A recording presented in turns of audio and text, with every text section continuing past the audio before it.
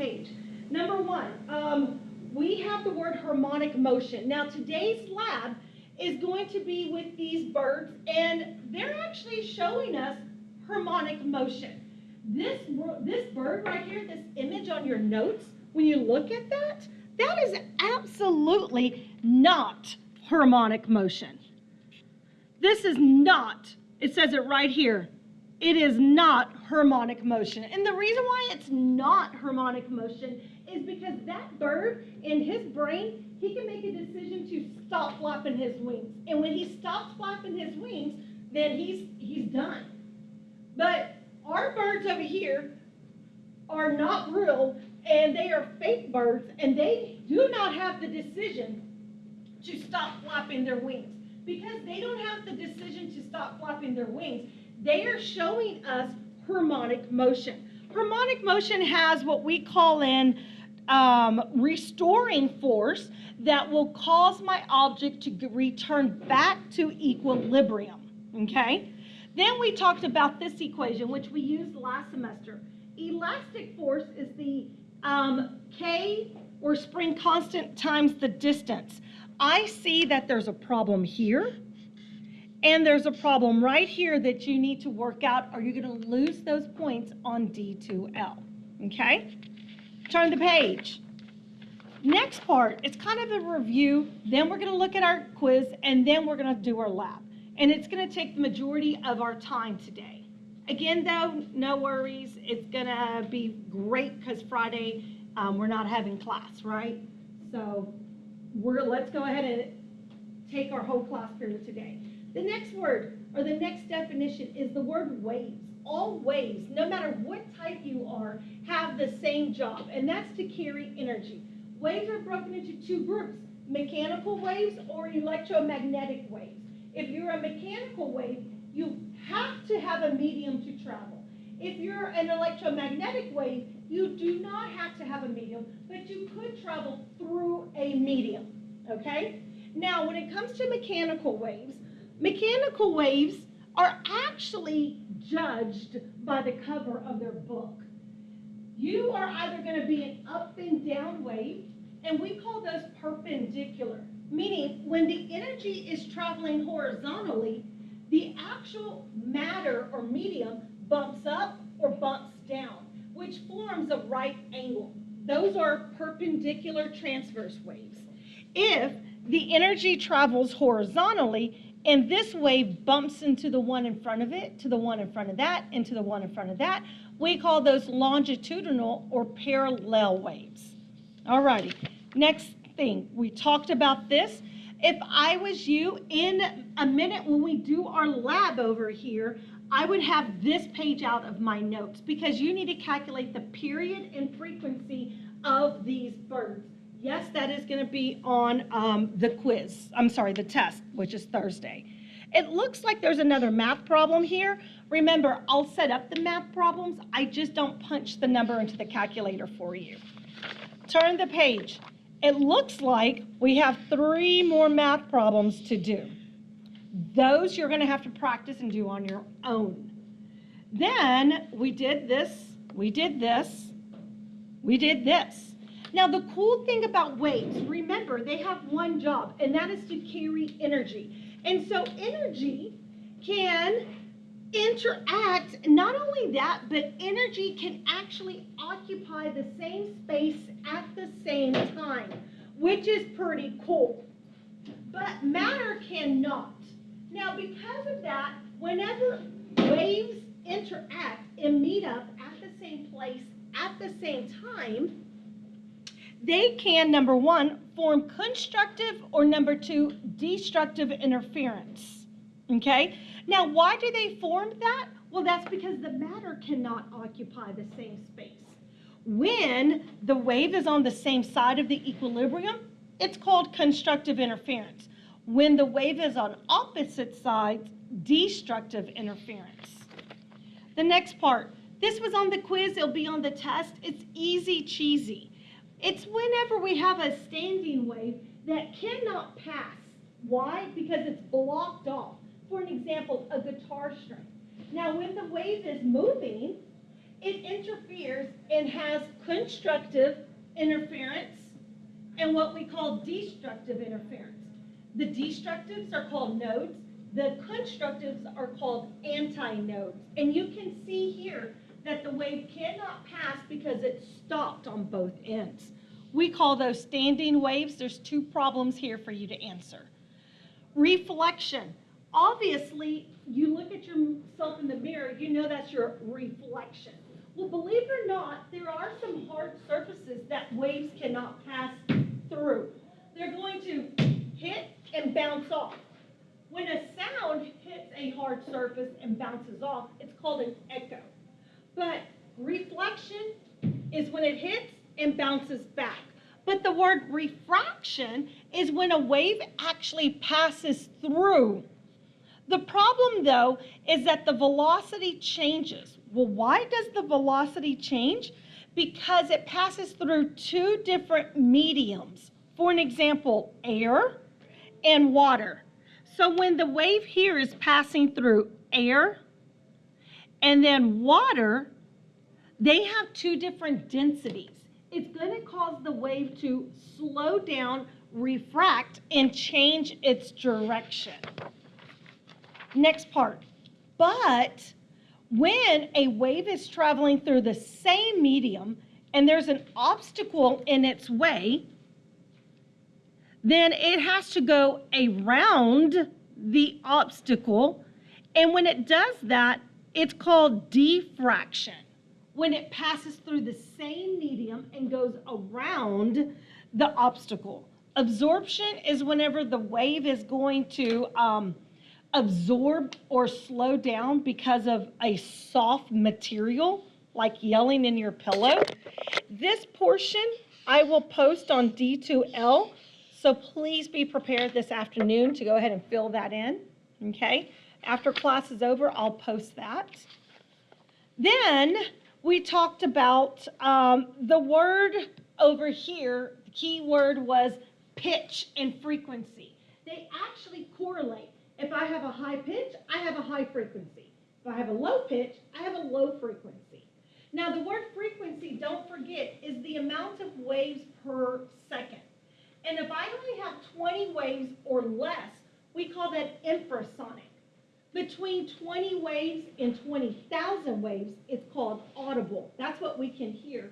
And greater than 20,000 waves per second is called ultrasonic. Okay, remember, we cannot hear infrasonic or ultrasonic. That is too low, too high for our ears. Okay, turning the page. It looks like I need to fill in some notes over here for us. And I'm going to fill this in on D2L for us. Go ahead and put an X on Doppler effect. I'm going to take off any questions from the Doppler effect on the test. Not going to be on the test. Doppler effect, remove it. Turn the page. Sound intensity. If a sound is going to get louder, it has to have more energy.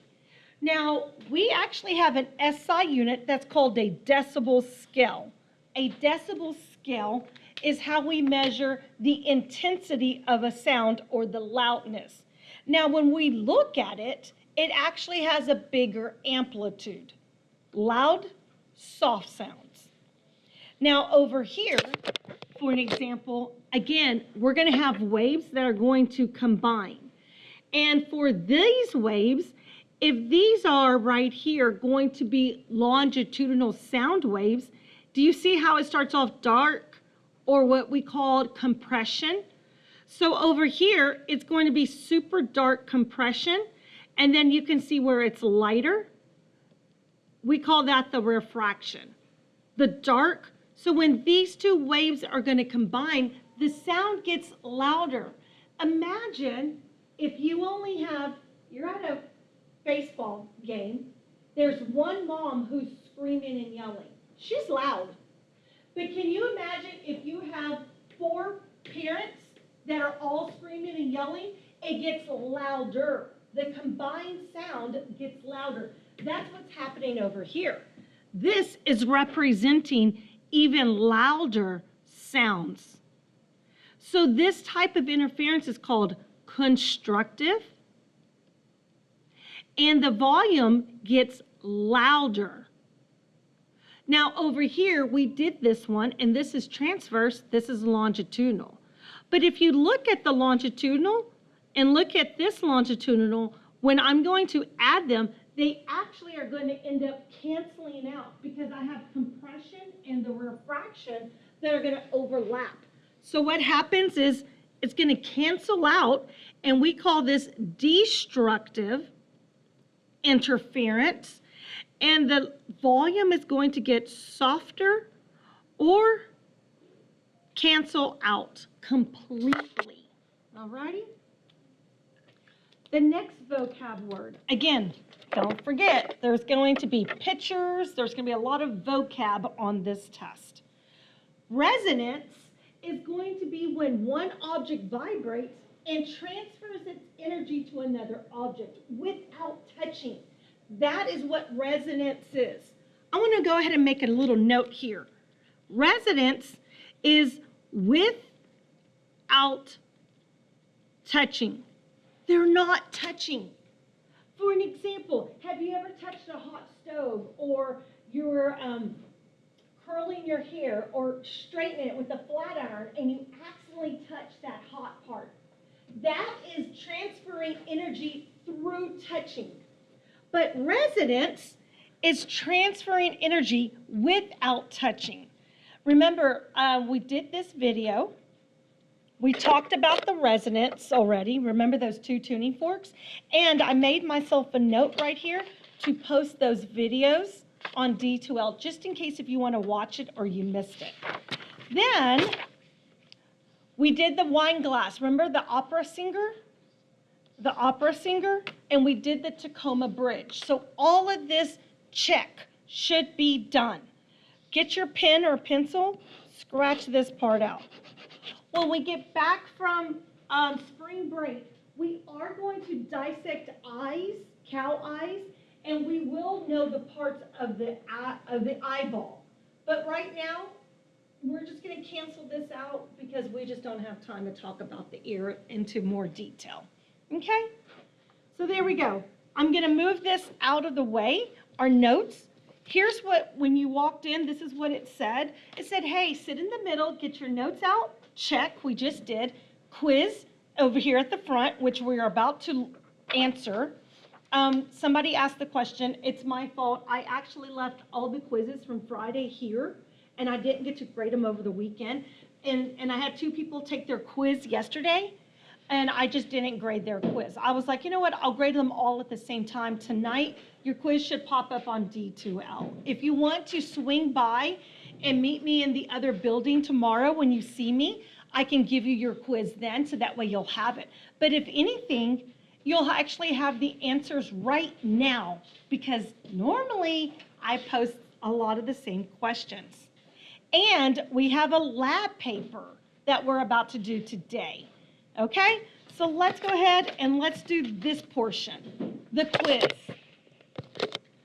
Okay, now remember on the quiz, for those of you who came in not on Friday, you actually answered number 7 and 8. But for those of us who were here on Friday, I said, hey, don't even stress about 7 or 8.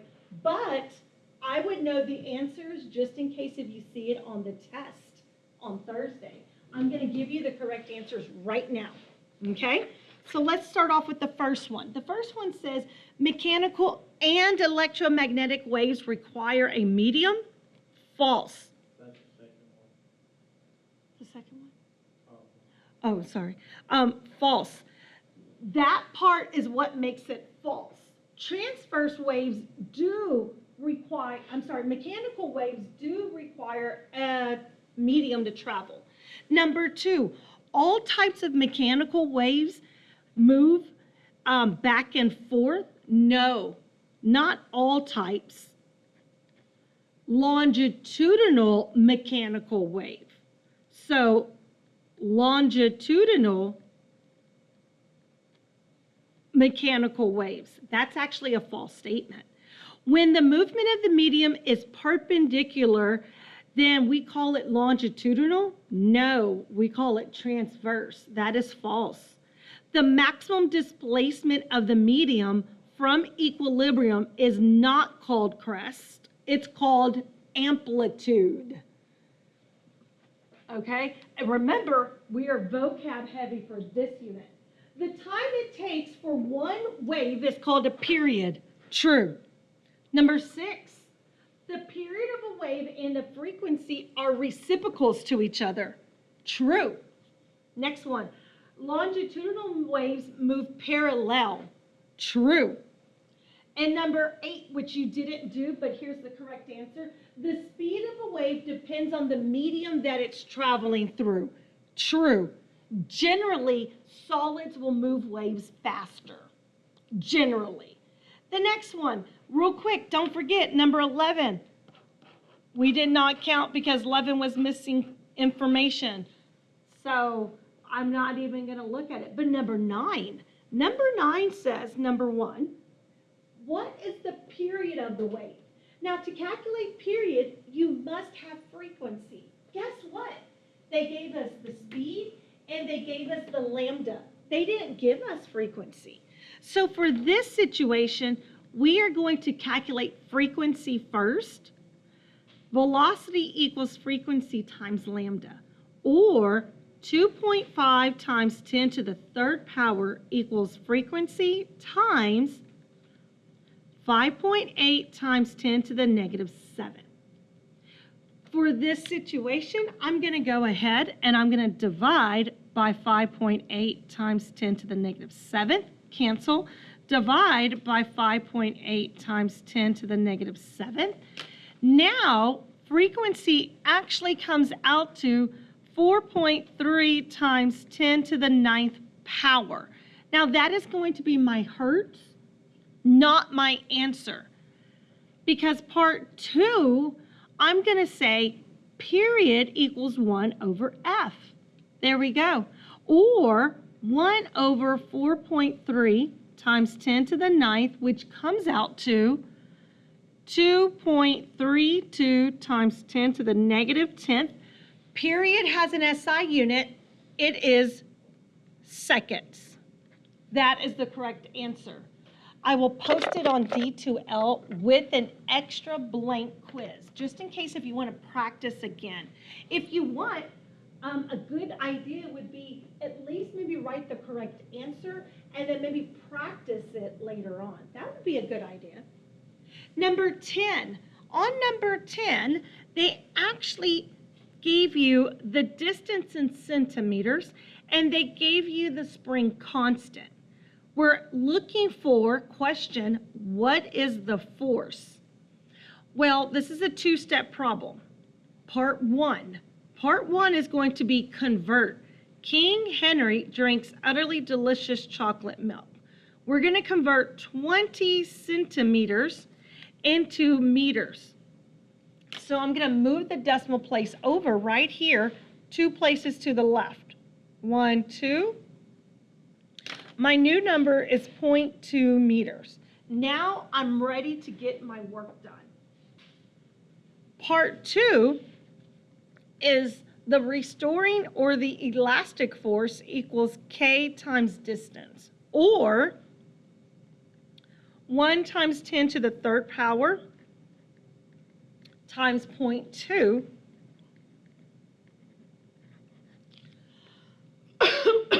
which is 200 newtons. But please do not forget to convert into our original 10 SI units. And meters is one of them, not centimeters.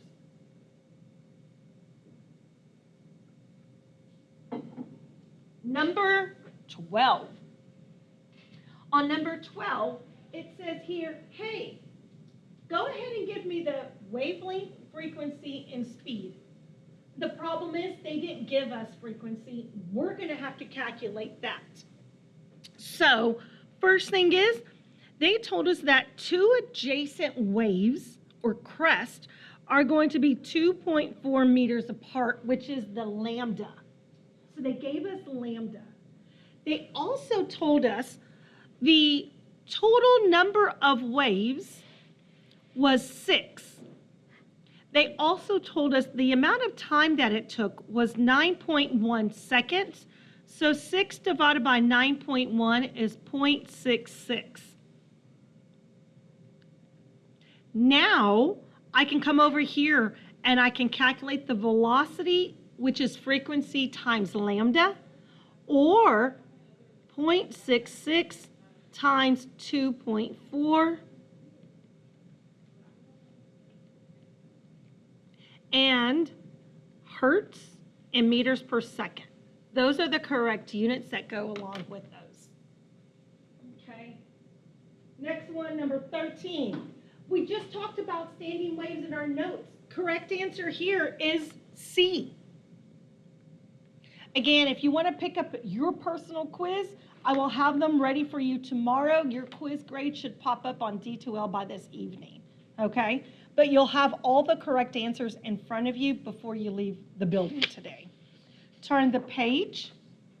Number 14. If I draw a line here that represents the equilibrium, and both of these waves are going to combine, and they're both at the top of the equilibrium, correct answer is C. It's going to get bigger constructive interference. Number 15, which factor affects the speed of the wave? The property of the medium. We just talked about that in our notes. Now, number 16, I guarantee you're going to have a couple of questions like this on the test, where you are going to have to calculate the speed of the wave, but use the chart here to decide what medium it's traveling through. Or what if they give you the medium and the lambda, and now you need to calculate the frequency? So if they told you that the object's traveling through hydrogen, then this is the velocity of the wave through hydrogen, right? So you need to be able to utilize the chart. Here, they actually gave me the period, the frequency, and they gave us the lambda in meters. I actually don't need the period, but velocity is frequency times lambda, or 12.75 multiplied by 120. I did this math already. I found out my answer comes out to 1530 meters per second. Use the chart. Again, you're going to have 2 to 3 questions. And when I come over here, I see seawater is 1530. Yes, that matches up. Seawater is the correct answer. So I'm guaranteeing you're going to have to use that chart a few times on the test. Number 17, the loudness of the sound depends on amplitude. Sound cannot be traveling through a vacuum because there's no medium. Number 19, when a sound wave is less than 20 hertz, it's called infrasonic. All of this came straight out of our notes that we just talked about. When this wave is at the bottom and this wave starts at the top, and I'm going to add them together, they're going to cancel each other out. We call it destructive interference. And when 2 or more waves interfere at the same time, at the same place, we call that interference. I mean, literally straight out of the notes, we just talked about